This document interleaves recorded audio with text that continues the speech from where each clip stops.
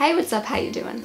There's a lot of bad news in the world. I think we can all agree on that. I'm a film and journalism student, as I've talked about in a multitude of my videos, and I'm very involved with my university's broadcast news station and news shows. And as a producer, I have seen, written, approved, and just done a whole lot with negative news stories. That's pretty much the focus of the news. Because sadly, that's what sells and gets ratings up for news stations, is the bad news. But at the end of a lot of newscasts that you watch, especially local type news, like smaller stations, there are these things called kickers that you'll see at the very end, which are like light, happy, lighthearted stories that you might see about a dog or a super cute thing that happened in your community. Just something very light and fluffy, not at all hard news, just very nice, light, happy, good news. And finding and writing those has always been one of my favorite things to do as a producer. It's one of my favorite parts of the newscast, or the kickers. So I had this idea a while ago, and I really wanted to start a series on this channel about just like happy news stuff, because it really relates in with my journalism side of stuff. And I think that there's plenty of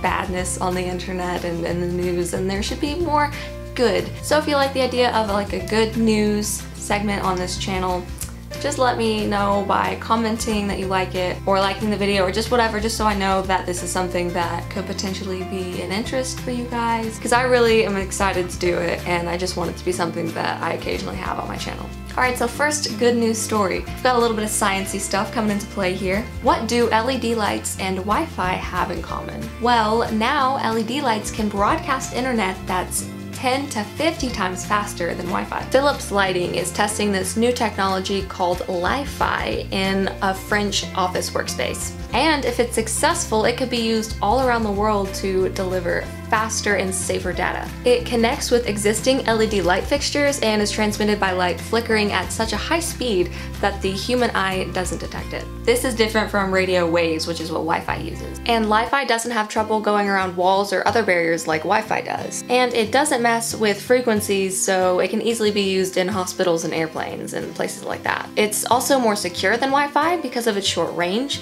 and other people can't connect to your network unless they're under the lights as well. Alright, next up. Think of NFL cheerleaders for a second. Have a picture in your mind? They're all female, right? Well, not anymore. Two young guys have now become the first NFL male cheerleaders. Quentin Perron and Napoleon Jennings made the squad for the Los Angeles Rams. They had to go through a 3-week audition process and were among 76 finalists. Now, while there have been stuntmen in the past for cheer squads, Perron and Jennings will be the first ones to actually perform the same dances and routines as the female cheerleaders. Their backgrounds as classically trained dancers should definitely help them out. I can't get through a happy news video without talking about some cute animals. So, here we go. This little calf here is James. He's a baby who had suffered brain damage and oxygen deprivation in the womb. The cow's owner is the Hobson family in North Carolina, and they took James into their house so that they could look after him. And then something strange happened. Their dogs and James started to get along. The dogs took him in as a part of their pack, and now James acts kinda like a canine. After a few months, he became too big for the house though, but now he's the leader of a herd of other orphan calves who need playmates.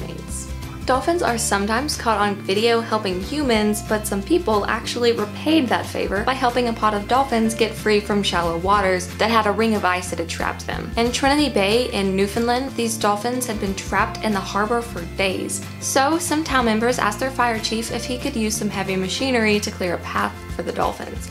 The chief, Stanny Legg, did just that. He started digging out large chunks of ice, and once he did, other rescuers took to their boats and continued cutting a clear path to sea. And now the dolphins are free. So those are my 4 stories that I had picked out for this time. I hope you guys enjoyed them. If you do enjoy this type of video or just this concept in general, like I said at the beginning, please let me know so that I can keep it up and know that you guys actually want it and that it's not something that I'm just like throwing out there that you don't care about. Links to all of the stories that I talked about are in the description if you want to go read further about them. And like I said, I hope you guys enjoyed this video. If you did, you can give it a thumbs up. You can also subscribe to me. I put out new videos every single Friday, and I hope you have a great rest of your day. Bye guys.